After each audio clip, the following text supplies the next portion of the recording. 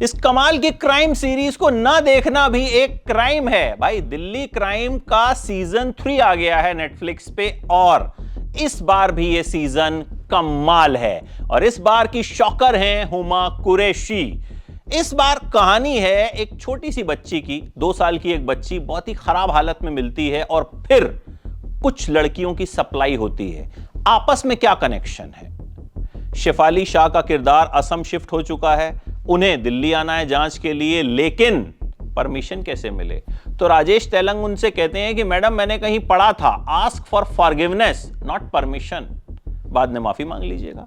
ये सीरीज असली पुलिस वाले दिखाती है, मतलब जो हमारे आसपास दिखते हैं, हमारे लोकल थानों में दिखते हैं। ये ग्लोरीफाई नहीं करती पुलिस वालों को, हीरोगिरी नहीं दिखाती पुलिस वालों की, बहुत सधे हुए तरीके से आगे बढ़ती है। एक के बाद एक ट्विस्ट आते हैं, आप हैरान होते हैं, चौंकते हैं, आपका दिमाग घूमता है, आप इमोशनल भी होते हैं उन लड़कियों की हालत को देखकर। परफॉर्मेंस की बात करें तो सबसे ज्यादा चौंकाती हैं हुमा कुरैशी।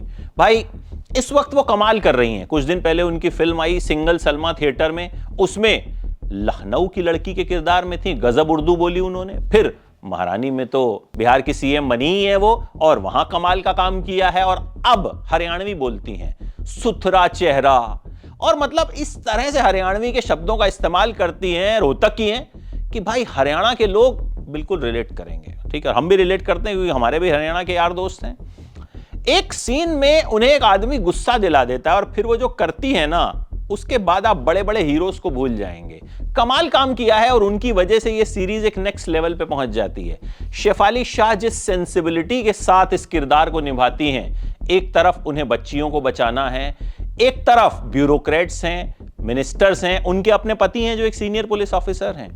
कैसे बैलेंस बैठाती हैं? उनके चेहरे पे जो एक्सप्रेशन दिखता है, जो सेंसिबिलिटी दिखती है, शास्त्रों में उसे ही अच्छी एक्टिंग कहा गया है।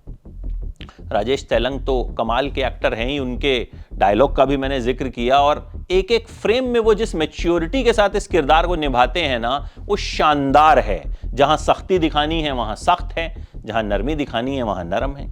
रसिका दुग्गल ट्रेलर में थोड़ा बुझी सी लग रही थी, सीरीज देखी तो समझ आया कि उनके कैरेक्टर का एक पर्सनल ट्रॉमा भी है। वो क्या है और उसके बावजूद वो इस किरदार को जैसे निभा गई, वो शानदार है। मीता वशिष्ठ आपको चौंका देती हैं, जिस तरीके से वो इस कैरेक्टर को प्ले करती है ना भाई, वो बताता है कि वो इंडियन सिनेमा की सबसे कमाल की एक्ट्रेसेस में से एक हैं।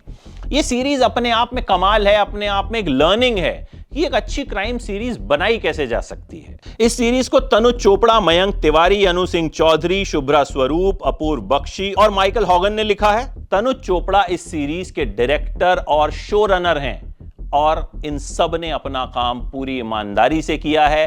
राइटिंग धारदार है, क्रिस्प है, एक के बाद एक जो ट्विस्ट आते हैं उससे पता चलता है कि राइटर्स ने टाइम पास नहीं किया, राइटर्स ने मेहनत की है। Direction top notch. इस सीरीज को जरूर देखिएगा। 6 एपिसोड 40 से 45 मिनट के एक बार में देख डालेंगे आप। नेटफ्लिक्स पे हिंदी में अवेलेबल है। मेरी तरफ से 5 में से 3.5 स्टार्स।